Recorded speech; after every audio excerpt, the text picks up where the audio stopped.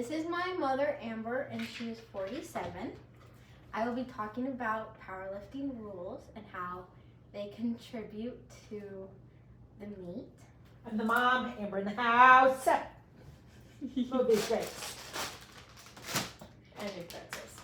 Go. Okay. Imagine training for months, hitting a PR on the platform, and then hearing the judge say, no lift. But not because you're weak, but because you were not following the rules. I am able to speak on this subject because I've been powerlifting for the past 3 years, and I also judge meets. Many people I am speaking to have either seen competitions or have been in competitions. Powerlifting rules do more than set boundaries. They protect athletes, create fairness, and determine whether a lift counts or if it doesn't. My main points I will be talking about are squat rules, bench rules, and deadlift rules. And for my aid, I will send you this, but I have pictures of what it should look like. You're gonna send that to me? Not to you, to my teacher.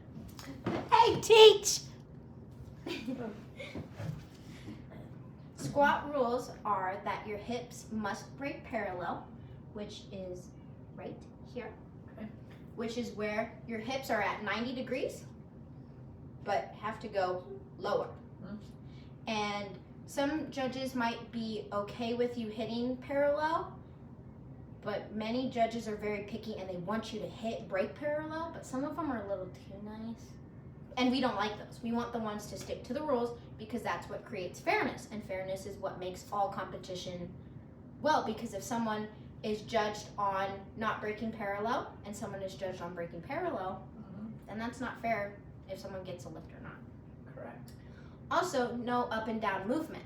So you have the bar on your back, and you can't, once you go down, you can't go up and back down. Unless you hit your base. Unless you hit. Oh, I can't talk.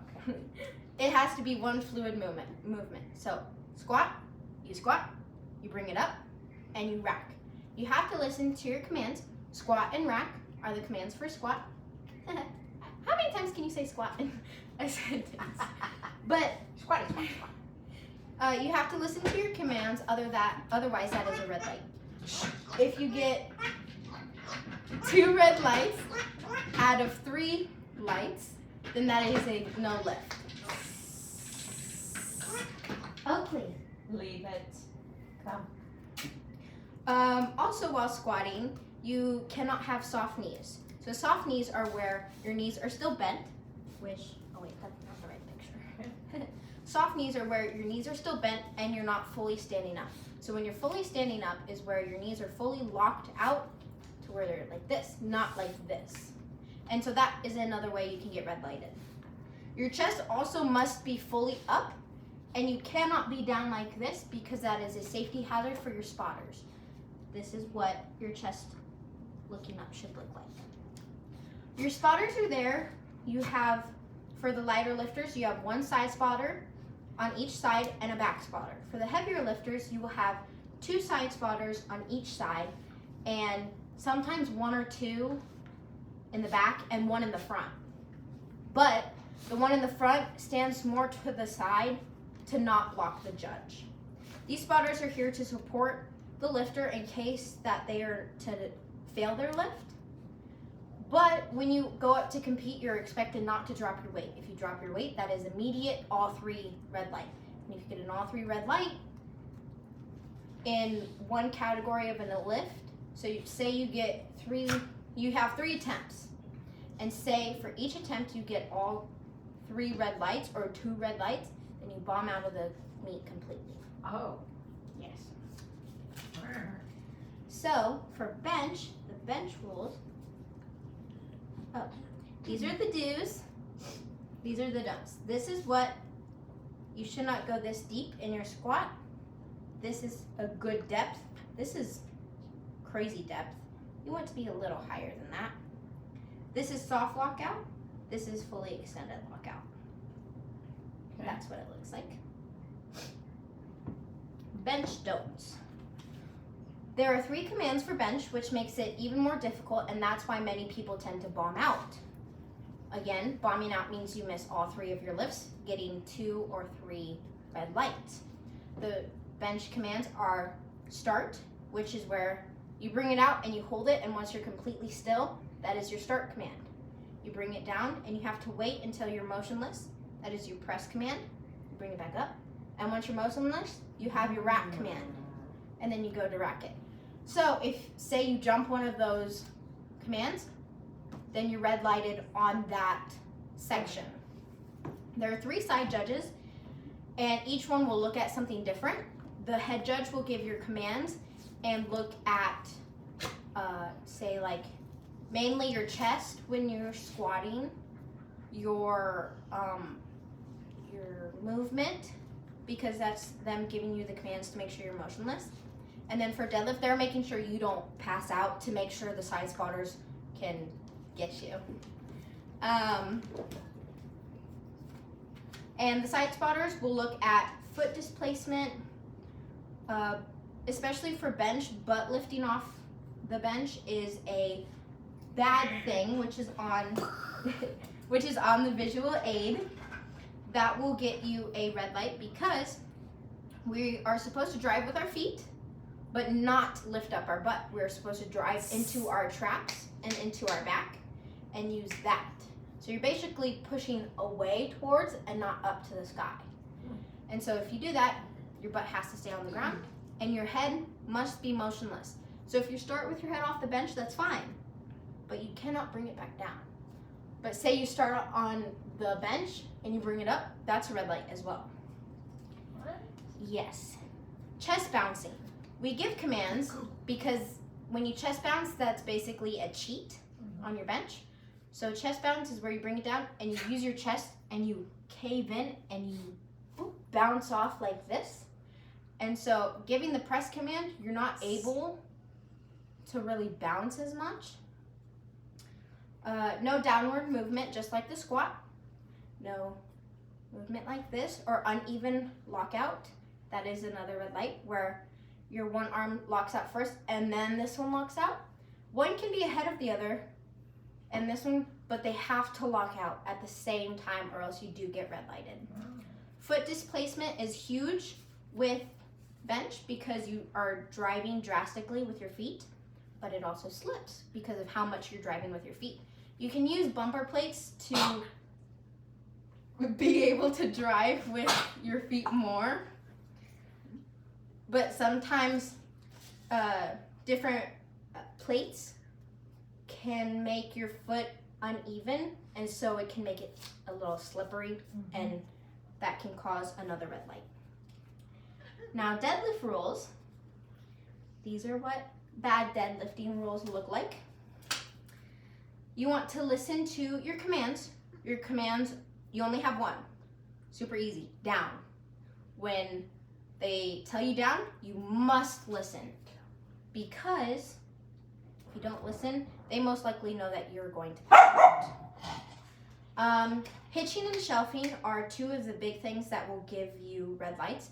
Hitching is where you have it up to your thighs and the up and down movement.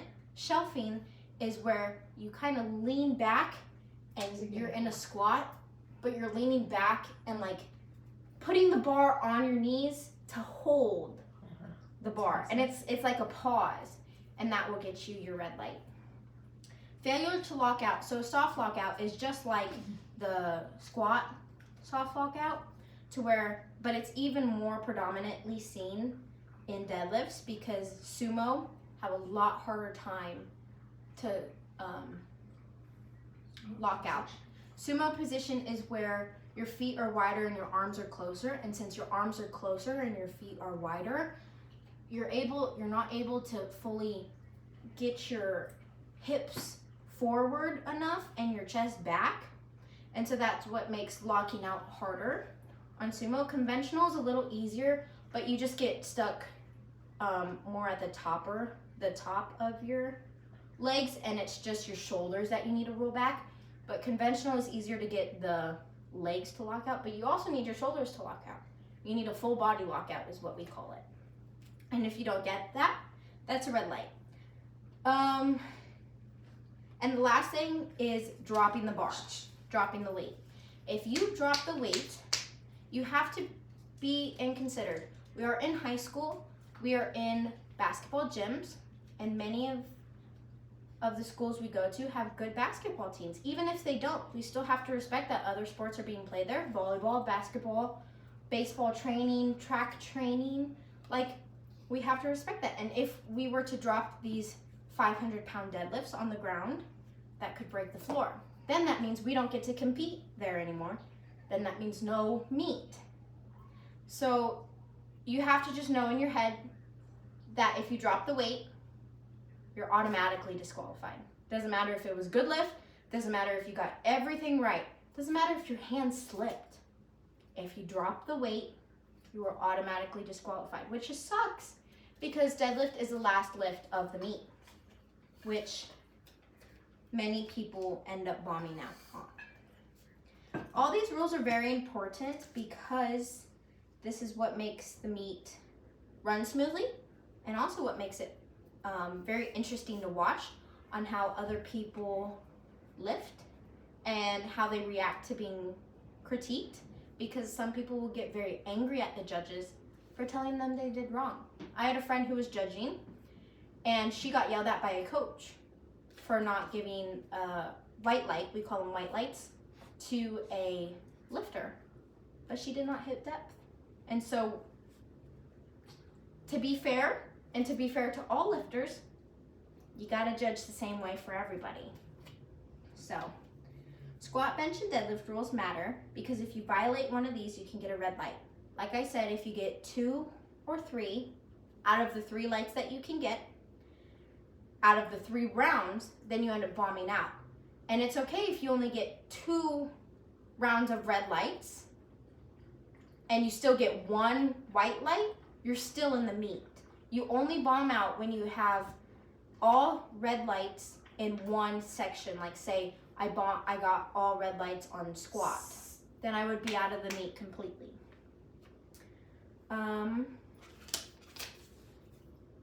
Powerlifting rules do more than just set boundaries. They protect athletes, create fairness, and determine whether lifts count or if it is considered a fail.